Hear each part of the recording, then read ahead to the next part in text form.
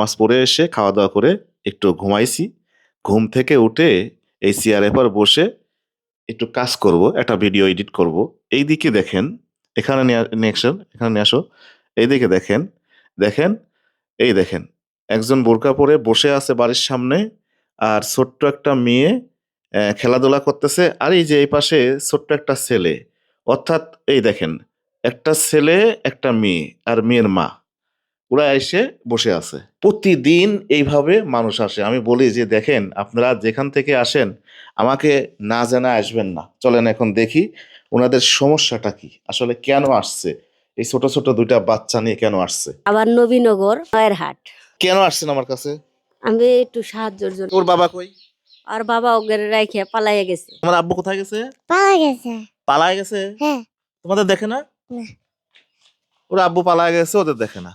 প্রতিনিয়ত আমি চাকরি করছি, নির্যাতন করে মারধর করে আমার মাজার কোমরে হাড় সরাই ফেলাইছে।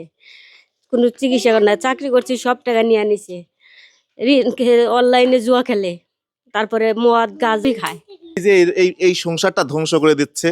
এই অনলাইনে জুয়া খেলে আজকে তার ঋণগ্রস্ত হয়ে আজকে এই ছোট ছোট ছেলে মেয়ে ফেলা থেকে সে পালায় গেছে। এই অনলাইনে দেখি অনেক কন্টেন্ট ক্রিয়েটররা দেখি এই অনলাইনে জুয়ার অ্যাড দেয়। এখন এই দায়িত্বগুলো আপনারা নেন। আমার তো মনে হয় যে এই অনলাইনে যারা এই জুয়ার অ্যাডগুলো দেন, এই দায়িত্বগুলো এখন আপনাদের নেওয়া উচিত। আপনাদের কারণে আজকের এই ছোট ছোট ফ্যামিলিগুলো ধ্বংস, সামান্য কিছু 5-10 হাজার টাকার জন্য।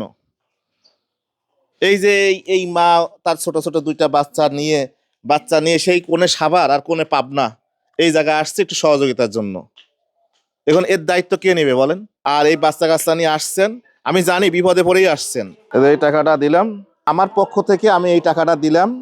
এখন এটা নিয়ে আপনি যতটুকু পারেন করেন, ভালো থাকেন। আর চাল পালগুলো খাওয়া, যেহেতু অনেক দূর থেকে আসছেন, যার কারণে আমি এই সহযোগিতা করলাম। এর বেশি আমি পারবো না সহযোগিতা করতে।